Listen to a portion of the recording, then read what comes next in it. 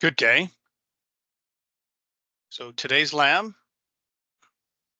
we are going to deal with CDP neighbor, LLDP, which we won't configure, and NTP. So CDP neighbor is a layer 2 Cisco discovery protocol. Shows there's your CDP neighbors, show CDP neighbors. You have details, interface to disable, and then we're going to do CDP enable. So let's see first if investigate our config a little bit. Notice we have messaging right away, something logging on host with an IP and a port number. And then you have some interfaces up and down. Password cyber. Show run. Host name, enable password. Interfaces right there, and they're not shut down. And there you go. We're using logging and we're using NTP server. So show CDP question mark. So let's do neighbors first. Okay, so it's saying that you have two neighbors. First neighbor's a switch. It's connected locally through gigabit 9 and remotely through gigabit 1.1. So if we look at that, that should be accurate. Gigabit 9 goes to gigabit 1.1. Gigabit 8 goes to gigabit 0.1. You have a hold down time of 137. Capabilities as a switch, and then your platform PT 3000. And there's your remote IP or remote interface. So we can actually draw the topology now. You're in a router, you're connected to two switches through these interfaces, and here's the remote ports. So if you actually go through enough network devices, you can actually map out and draw the network just using CDP. So should we enable or disable? So what is best practice? So if we want to disable, we do config T, say no CDP run. So do show CDP neighbors. It's telling me it's not enabled. So just to enable it, you go CDP run. And then remember, we got a hold down time of, let's take a look at that. Let's do detail. Show CDP. Show CDP interface 80/1. Gigabit in there. All right, so we have a send packets every 60 seconds and hold down 180, which means like with OSPF, you're going to send every 30 seconds, but you're not going to remove that neighbor until 180 seconds of no responses. So 3 times is the hold down time of the sent.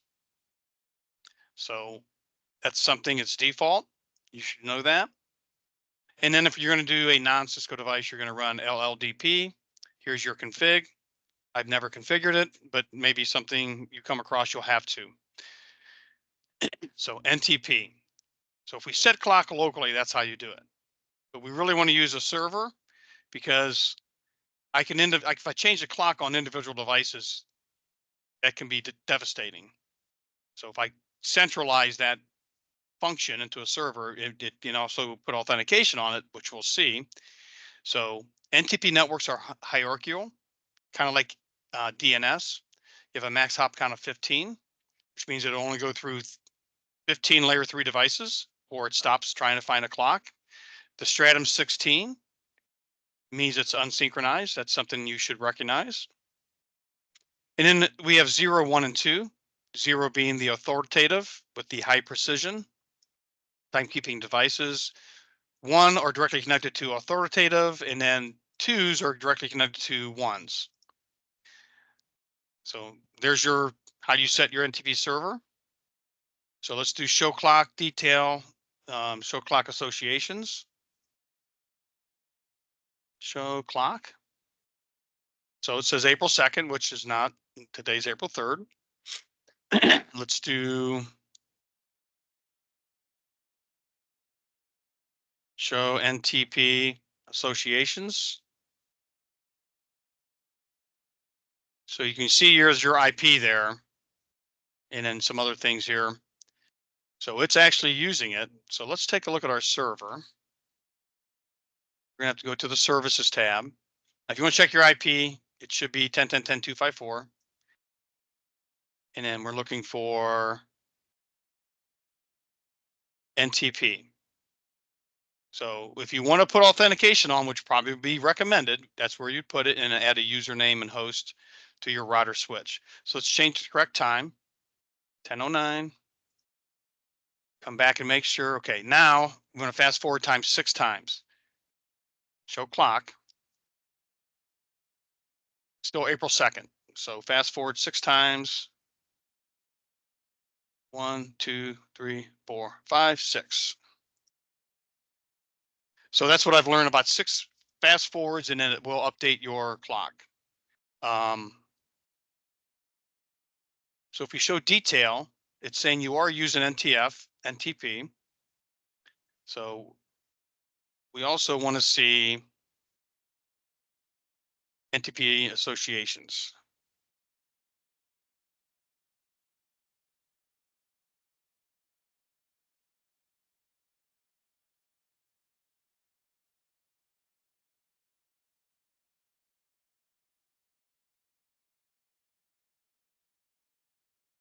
So to show status is what I want. And this is where we are a synchronized clock. And here's the reference. So it's a Stratum 16. And some details in here. There's your time. And updated last 6 seconds ago.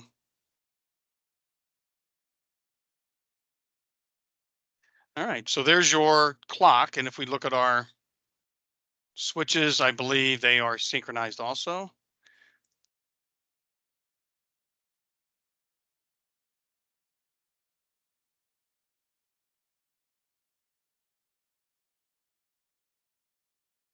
Oh, this one hasn't updated, which is not uncommon. 1, 2, 3, 4, 5, 6. Let's see. Yeah, it updated. Strange. Anyways, it's working also with the updated. All right. When we're doing syslog, okay, so the server not only is doing a lot of things, it's doing syslog. And you can see we have some messages here, configuration changes. So you have 7 alert levels. Start at the bottom. Debugging is for troubleshooting. Informational is maybe probing iOS's and interfaces and what versions. Notification would be either a false positive. A warning, so a notification would turn into a warning. And if it continued on, it would go and turn, that warning turns into an error. The error then becomes critical. And then you have this alert that says fix now. So a level 3 error would be considered to be a error 3 would be interface up and down. So if we do show logging,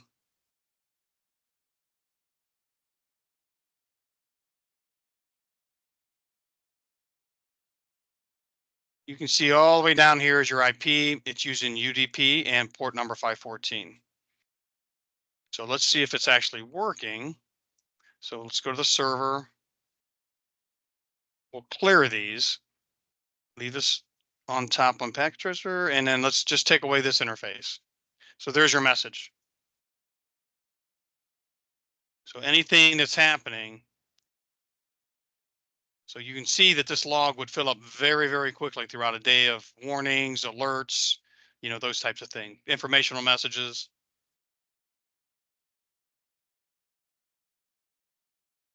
So that is your logging, and it simply each device, it's not that much of a config. If you look at the bottom, it's just put the IP in. Now, if you want to, you can do a notification on the alert with the timestamp. So if you do this command, it puts a log time and date. And then when you shut the interface down, you should start seeing, like if I do this,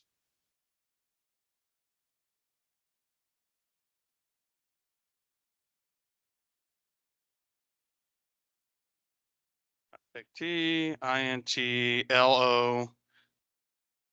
As soon as I create a loop back, there you go. You got more messages.